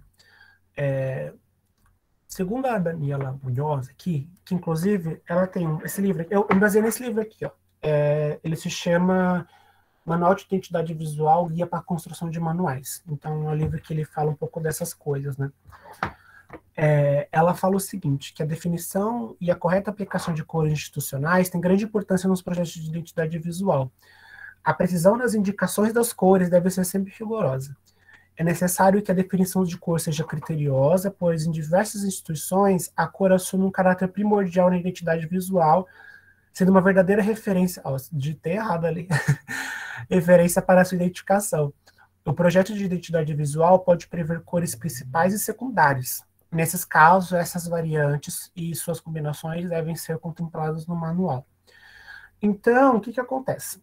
Nós fizemos o logo, e lá tinham duas cores, que eram as cores principais, que era esse tom de vermelho, magenta, né? Um vermelho quase rosa, e o amarelo. Então, essas são as cores principais, elas fazem parte da minha comunicação institucional. Aí, eu separei o código delas, né? E isso no Canva, você vem aqui, você clica em cima da forma que tem a cor, Aí eu clico, venho aqui no... É que aqui eu estou no computador, né? No celular deve ser outro caminho. Mas eu clico nesse canto superior esquerdo que tem o símbolo da cor, e vai abrir essa janela. Aí eu clico em cima desse primeiro quadrado aqui, de adicionar nova cor. Ele vai estar aqui demarcando qual que é o código dessa cor. Isso é bom porque eu informando esse código para uma outra pessoa que vai trabalhar nessa identidade, eu evito que... Ai, como é que vai isso aqui? Eu evito que a pessoa fale, putz, não sei exatamente qual cor que é, vou dar uma chutada, vou me aproximar. E o nosso olho engana muito. Então, é importante que a gente tenha, às vezes, essa medida exata. Até porque as telas nos enganam também, não só o olho. Então, a tela pode estar numa luminosidade diferente da que a gente está, da outra pessoa, ou mesmo a gente mesmo utilizar diferentes telas. Então, uma hora eu estou no computador, outra hora eu estou no celular, né? Então, é importante ter esses códigos para saber exatamente qual cor é essa. Eu separei o código de duas cores, que são as cores institucionais, e selecionei uma cor secundária, que não é uma cor que ela está dentro do logotipo, mas também é importante pensar que, às vezes, se você ficar só utilizando as cores do logotipo o tempo inteiro, a sua comunicação pode ficar um pouco cansativa. Então, é legal você ter uma terceira opção para, às vezes, você dar uma quebrada. Então, eu vou misturar esse vermelho com esse verde para dar uma diferenciada, sabe? Eu vou usar só, ou mesmo com amarelo, ou vou usar os três juntos, quando quiser uma coisa bem colorida. Então, é legal ter uma opção para, às vezes, dar uma quebrada ali na rotina das cores. E uma outra coisa importante é que não existe só uma forma de você identificar as cores. Existem alguns sistemas de identificação de cor, de catalogação, e as três principais são essas. Essa que eles chamam de hexadecimal, que ele é caracterizado pela sigla hex, então é HEX, que geralmente se usa bastante. Mas também tem o RGB e o CMYK, que aí são três valores diferentes no RGB, né? Que é o red de vermelho, o green de blue e o B de azul. Então, o vermelho é 255, o verde é 40 e o azul é 130. E isso aqui é especificamente para o meio digital. Então, para computador, para celular, para rede social, a gente utiliza esse tipo de... Esse pode utilizar também esse tipo de código, né? Alguns programas, eles têm essa opção. Eu não achei no Canva, mas tem alguns programas que eles falam, qual que é o RGB dessa cor? Aí você pode selecionar também. E a CMYK, que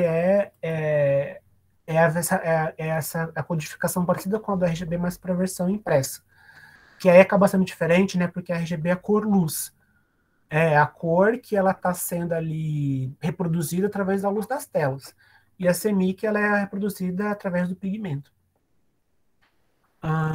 Que daí é representado pelo ciano, que é o azul, magenta, que é um tom meio que entre o rosa e vermelho, o yellow com o amarelo, e o que é o preto, né, que eles chamam de cor-chave.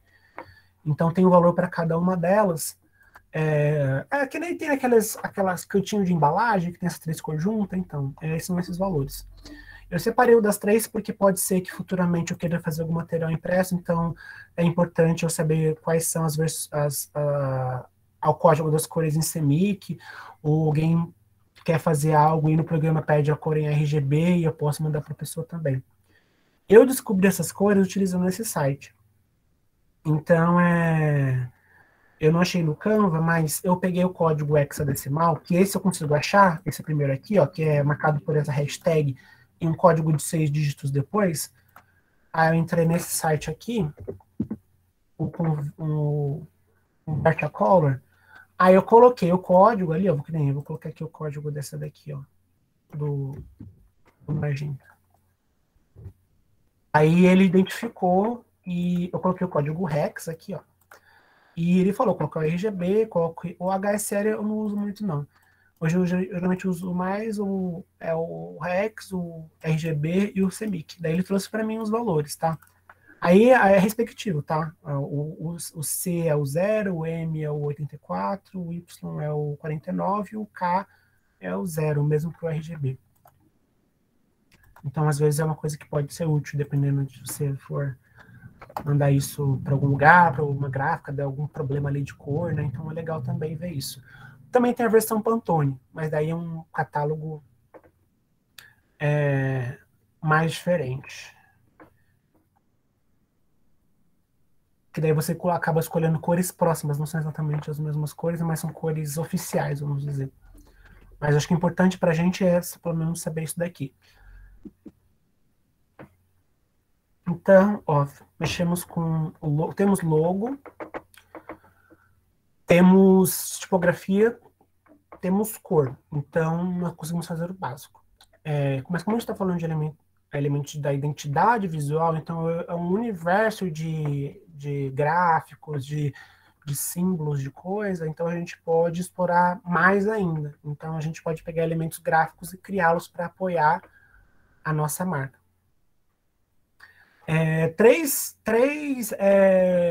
elementos eu achei interessante, inclusive que me inspiraram também foi o painel semântico que eu mostrei lá atrás para vocês, para poder selecionar elementos extras. Então, eu achei muitos ícones de mãos diferentes no Canva, então eu achei legal. Que eu não utilizei no logo, né? Mas eu poderia utilizar eles separadamente em outros lugares, sabe? Tem essa diferença, eles não estão associados ao logo, né? Por isso que eu não consegui utilizar, porque eles não eram tão finos quanto o logo, então eu não consegui deixar eles juntos. Mas se eu quiser querer, por exemplo, fazer aquelas capinhas para aqueles stories marcados ali, né, que ficam na sua página, na página inicial do seu perfil, poderia fazer ícone para cada um deles e poderia ser uma forma de comunicar também, né? Isso poderia ser bacana. Eu peguei também as setas e linhas, né? Aqueles traços mais gestuais que a gente viu na lousa, que a gente também utilizou no logo por meio da escolha da tipografia. Eu achei legal também trazer aqui no formato de setas e linhas, porque a gente também pode trabalhar alguns esqueminhas na hora de fazer peças de comunicação. E as texturas, a primeira acho que não vai dar para ver direito, não. Mas eu peguei a segunda aqui, que é a textura mais de papel, que aí eu deixei elas em amarelo, né, que tá nas cores institucionais, que eu acho que ia ser legal às vezes para fazer algum fundo para aviso, para fazer um history, então achei que ia ser bacana. Só a título de referência, de curiosidade, tanto essa imagem dessa textura, quanto as imagens das capas, cadê? Tá lá atrás, né? Algumas daqui, as imagens das capas, aqui nessa daqui que eu usei, essa aqui não, que estava no livro. Essa daqui, eu selecionei elas num site chamado Unsplash. Eu vou deixar aqui o link para vocês verem. Porque a gente tem esse problema, né? A gente não tem muitos bancos de imagens gratuitos. O Unsplash, você faz um cadastro e você pode baixar, tem um banco de imagens muito bom, porque ele foi feito para ser gratuito. E ele tem imagens bem variadas e bem bonitas também. Então, às vezes, você pode acabar utilizando imagens do Google que você não pode usar. E isso é um problema, né? Você não pode comercializar nem nada. Então, você tem que tomar um certo cuidado, pode ser uma imagem de uma outra pessoa. Então, é legal procurar os bancos gratuitos. E para as imagens, eu gosto de usar um Unsplash, então ele tem umas imagens bem bacanas, assim, então não são imagens de qualquer jeito, e elas também estão numa qualidade boa, né? Então eu posso pesquisar algo aqui e às vezes ajudar a complementar, sei lá, o meu material. Vou colocar aqui, sei lá. Eu acho que o meu computador travou. Não pesou aqui. Eu coloquei matemática, daí ele surgiu para mim algumas imagens de conta, de lousa, de fórmula, o ábaco aqui, então legal, né? Porque às vezes a gente precisa desses recursos visuais também para coloquei em inglês. Às vezes é bom estar com o tradutor ali. Abre o Google Tradutor, pesquisa em português. Se não achar, pesquisa em inglês, porque às vezes pode ter essa diferença aí. Então, sempre tenta as duas opções para ver se você acha algo. E para ícone, eu já tinha indicado no também, o Google Icons. Deixa eu ver aqui. também é uma coisa bastante legal, porque são ícones gratuitos. Peraí, que ele sugeriu um negócio para mim. Então, se eu for ver aqui, tem diversos ícones, etc. Tem bastante coisa. Aí eu posso selecionar, por exemplo, esse aqui, dessa chave aqui. E eu posso selecionar se eu quero a densidade, quanto grosso, uma vez ou duas. Eu geralmente seleciono uma, mas pode ser duas. Se eu quero em branco ou preto. E aí, aqui, quando você for baixar, você tem que clicar em SVG ou PNG, né? A diferença é que o PNG é aquela imagem e ela vai ficar branca ou preta, dependendo da forma que você vai baixar. A qualidade vai estar boa, vai estar com fundo transparente. Mas a SVG, além de ela estar com fundo transparente, eu posso colocá-la, subi-la no Canva e trocar a cor dela. O que eu acho bem mais interessante. Eu devo ter mostrado isso da outra vez, mas eu acho que ia ser legal mostrar de novo. Porque talvez nem todo mundo estava na outra formação. Então, por exemplo, se eu vier aqui em Upload e colocar aqui fazer Upload, eu baixei ali um SVG, um ícone SVG. Aí, deixa eu achar onde era aqui, tava a pasta da oficina, aqui. Tá, SVG, ó. Aí, eu baixei esse ícone aqui, ó, que é da End e tal. Aí eu vou lá, vou em Upload, seleciono o arquivo dentro das minhas coisas. Aí eu trago para cá. Ó, ele vai carregar. E aí eu posso selecioná-lo. Aí eu posso aumentar de tamanho. E posso trocar a cor dele. Então eu deixei laranja. Isso é legal. Eu só não posso mexer no traço e fazer alterações na forma dele exatamente, ou pintar dentro, mas eu já consigo mudar a cor dele, o que eu acho que já é bastante legal. E se eu aumentar ele, como ele está em SVG, ele não vai distorcer, ó. Ele não vai ficar distorcido, ou embaçado, ou pixelizado, nem nada disso, porque o SVG é o que a gente chama de forma vetorial, e as formas vetoriais, elas fazem o cálculo, né, para que seja sempre em alta qualidade, né? Então, elas são imagens feitas para isso, né? Geralmente muito utilizadas para impressão. Então é isso, separei ícones, separei certas linhas e separei também algumas texturas. Alguns testes que eu fiz, vou aumentar aqui para vocês verem. Ó, aqui na primeira, nas aplicações, eu fiz um history, ó, por exemplo, eu fiz aqui uma chamada para uma live, né? Que eu chamei de professor, eu tenho uma dúvida, né? Que é um evento, né? Um evento de uma live de atendimento. Utilizei o ícone, né? Porque como eu estava trabalhando com a mão, falei, como é que eu posso usar esse sinal, né? De alguma forma. Daí, aquela imagem, né? De um aluno levantando a mão, professor, eu tenho uma dúvida. Então, já criei um tema, né? Para esse meu evento, para essa minha live.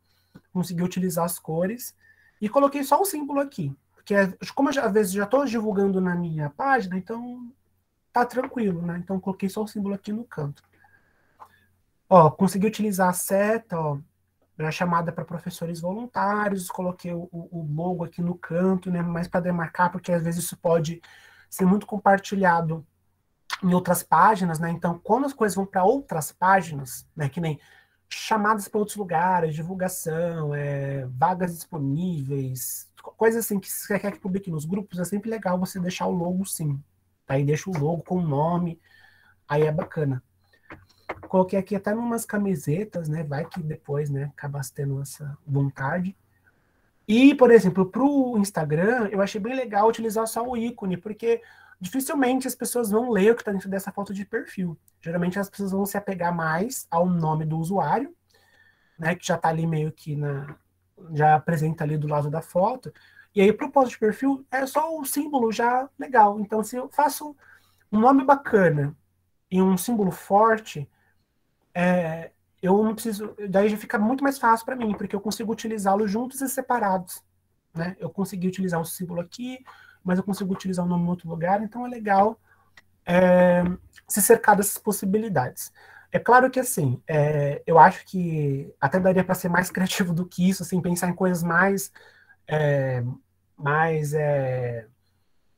interessantes, né, para essa proposta, mas a ideia desse exemplo foi mais mostrar o processo, como é que pode acontecer essas tomadas de decisão, né, na hora de criar uma identidade visual, porque, veja, em poucos momentos eu utilizei como critério, eu gosto mais disso porque eu acho mais bonito, ou eu gosto disso porque tem mais a ver comigo, sabe? Ou eu gosto disso porque, sabe, uma coisa mais pessoal. Eu fui utilizando critérios que tem a ver com os valores que essa marca e essa identidade visual elas demandam, e isso foi meu caminho norteador, né? É assim que eu espero que seja para vocês, quando vocês forem criar os materiais de vocês também. Não é uma coisa fácil, eu acho que é bom se dedicar um tempo a fazer isso, né? É, dar uma pensada, sabe? Testar coisas, pesquisar referências, é bem bacana, mas eu acho que o resultado pode ser bastante satisfatório, porque às vezes você pode ter uma imagem, né? Uma identidade visual que perdure por muito tempo, sabe? Que represente não só você quanto o seu projeto, quanto a sua ação, ou instituição, independente do que você está fazendo, ou produto, se você estiver vendendo alguma coisa, por bastante tempo, sabe? É bom pensar nisso, porque se depois você começa a mudar, fala, putz, fiz na pressa, fiz na correria, fiz de qualquer jeito, e agora estou vendo que no dia a dia eu não estou curtindo, é ruim, porque as pessoas vão. É o que eu estava falando, a questão da imagem está muito impregnada na nossa cultura, né? A gente criou-se uma cultura visual. Então a gente memoriza as coisas pelas cores delas, né? Então, se a gente vê um fundo vermelho com uma faixinha branca meio tortinha, a gente já sabe que é a Coca-Cola, sabe? E isso é só um exemplo, tem vários outros. Então, é por isso que é importante a gente conseguir criar, entender a comunicação visual, né, como esse compromisso, né, quando for criar peças, né, de manter a coerência, né, que a Aline Weller comentou ali com a gente. E é claro, eventualmente ela pode mudar. Às vezes é até importante fazer uma repaginação, né? Mas é sempre legal a gente conseguir se comunicar com o mesmo material por um tempo, porque isso fideliza a nossa relação com as pessoas, a gente já fica mais a gente reconhecível nas redes, a gente tem muitos outros materiais por aí que estão competindo a nossa atenção das pessoas, então acho que ficamos nisso. Eu agradeço a participação e a atenção de vocês. Foi bastante coisa, mas fico aberto a dúvidas. E depois eu acho que vou fazer uma inserção ou outra aqui no PDF, mas até o fim da semana eu devo disponibilizar lá no grupo. E também vou deixar meu contato, caso vocês queiram falar comigo depois. Certo?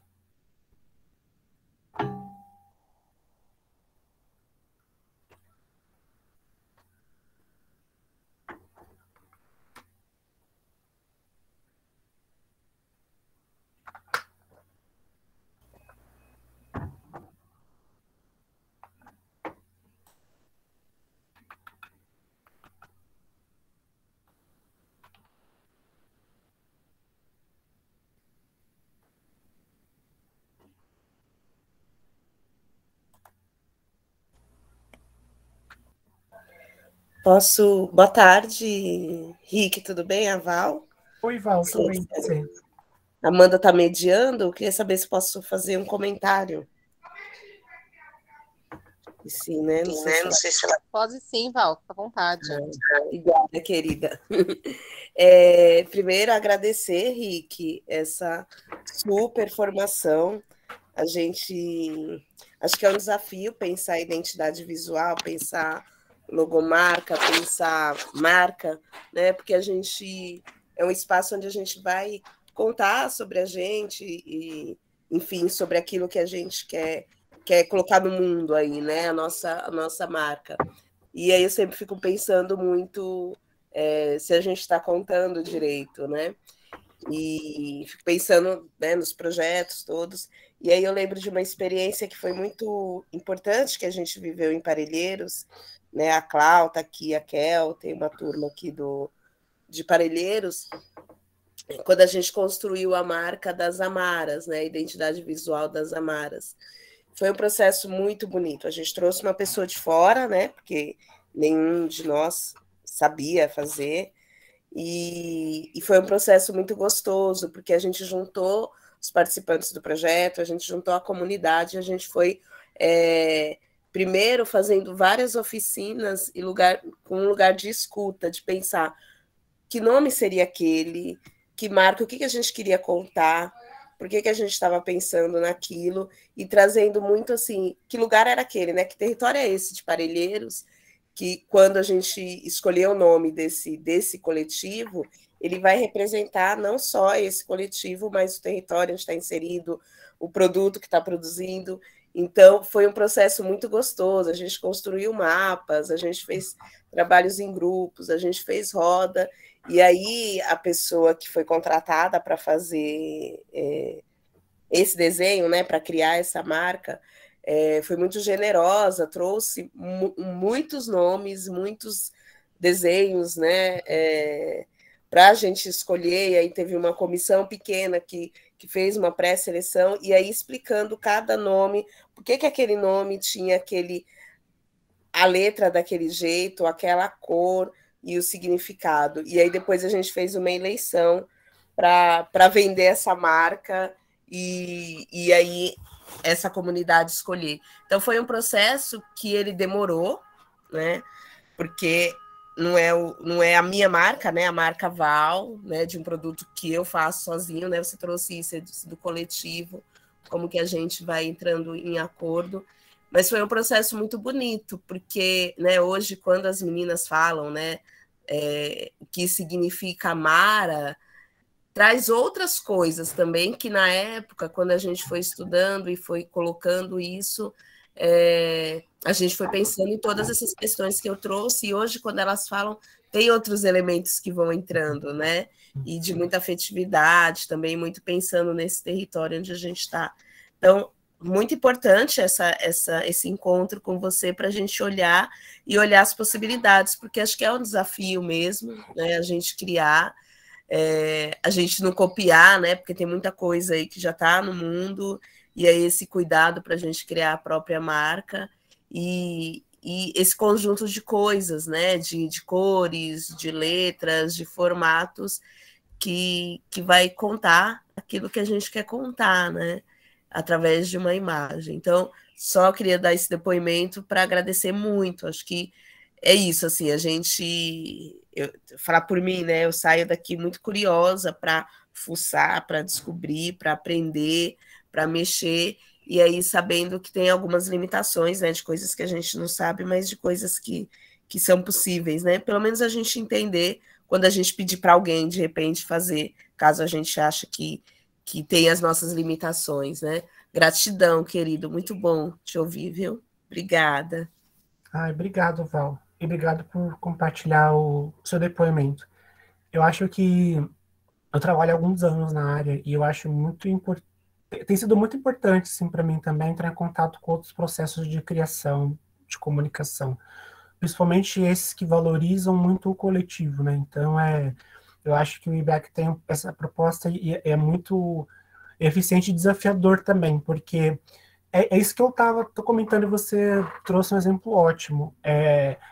Há de se fazer muitos acordos, né, para quando a gente for criar algo que é importante, né, porque a gente cria afetividade, né, com essas imagens, com esses símbolos, né. Pensa, por exemplo, né, você literalmente vestir a camisa de um projeto, sabe? Tipo, fazer uma camiseta das Amaras, sabe? E você colocar isso com orgulho para participar do projeto, né? Então, são coisas que podem acontecer, né? Desde que a gente crie conexão com esses elementos, né? E aí é nessas horas que a gente parte de uma coisa que é meramente estético, né? Então, para algo que faz parte desse jogo de geração de significado com as pessoas, né? É claro que, por exemplo, os projetos, quando eles são bons, eles nem sempre vão esperar ter, né, uma identidade visual para acontecer, né? Longe disso. A atividade prioritária, às vezes, de um projeto, outro, ele tá ali, é impecável, né? Cumpre a sua função.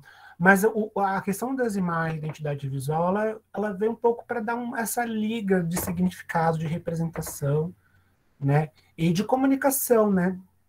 A gente não está, às vezes, ali no tete-a-tete, todo o tempo para chegar e falar, conhece meu projeto assim, ele é assim, assim, assado, sabe?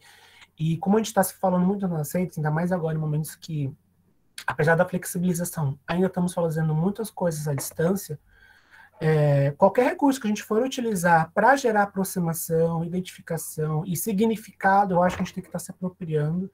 E eu fico feliz que o projeto das Amaras tenha acontecido. Eu gosto de quando tem esses casos, assim, são bastante inspiradores.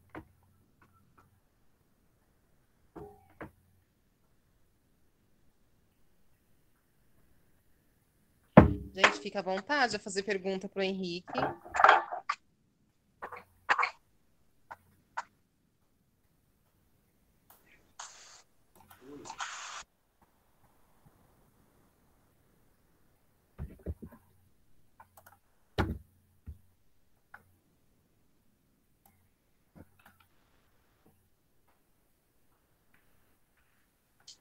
Henrique, eu acho que nós não temos mais perguntas, né? Eu queria agradecer também essa formação. Não tenho muito entendimento com informática, mas aos pouquinhos eu estou aprendendo e para mim foi bem gratificante. E a paciência que você teve de explicar, sabe? Item por item, assim, para mim foi, ainda mais eu que não entendo nada mesmo, para mim foi bem gratificante. Muito obrigado. Eu fico feliz para vocês, mas como todo mundo tenha curtido. Como eu falei, eu fico feliz de retornar, eu gosto de arte, gosto de falar sobre esses temas todos, né, sobre identidade visual, tudo. E eu acho que é sempre uma via de mão dupla, né, no que diz respeito ao aprendizado, né. Eu também aprendo bastante com essas dinâmicas, né, porque, por exemplo, né, para poder fazer atividade, eu tive que reestudar muitas coisas, assim, né, relembrar tudo, porque é diferente quando você está compartilhando, sabe? Quando a gente está nos processos muito ali individualizados, né, tipo, eu sozinho criando as minhas coisas, né, você fica meio no seu mundo e você perde a noção de que, às vezes, né, as pessoas, às vezes, elas não se apropriaram, né, dessas mesmas coisas que você. E aí é legal, porque aí você vê item por item, sabe? Para mim foi bem gostoso, assim, refazer esse processo, sabe? Ler de novo as coisas que eu já tinha lido lá, quando eu tinha aprendido, sabe? Trazer isso numa outra linguagem. Então, eu acho que todo mundo sai ganhando. E é isso, eu vou deixar o material com vocês depois para alguma consulta, alguma coisa, mas também fica com o meu contato caso a gente queira voltar a falar sobre isso, ou outras atividades, ou tirar qualquer dúvida, indicação. Tem alguns materiais que eu utilizei para construir essa apresentação, né, que eu até mostrei um livro, né, da Daniela Munhoz, tem da Lina Weller, eu também vi outro da Camera, mas também tem outros que são bons, que descrevem algumas coisas, né, eu até vi esses dias um livro que falava sobre fundamentos básicos, que ele fala, tal coisa é isso, e é bem listinha, tipo, quase glossário, assim, que depois eu posso compartilhar também, enfim, se vocês precisarem aí, tamo junto, e obrigado. Obrigado, foi bem gostoso, gente. Valeu mesmo. E tá muito quente, né? Meu Deus do céu. Ai, puta.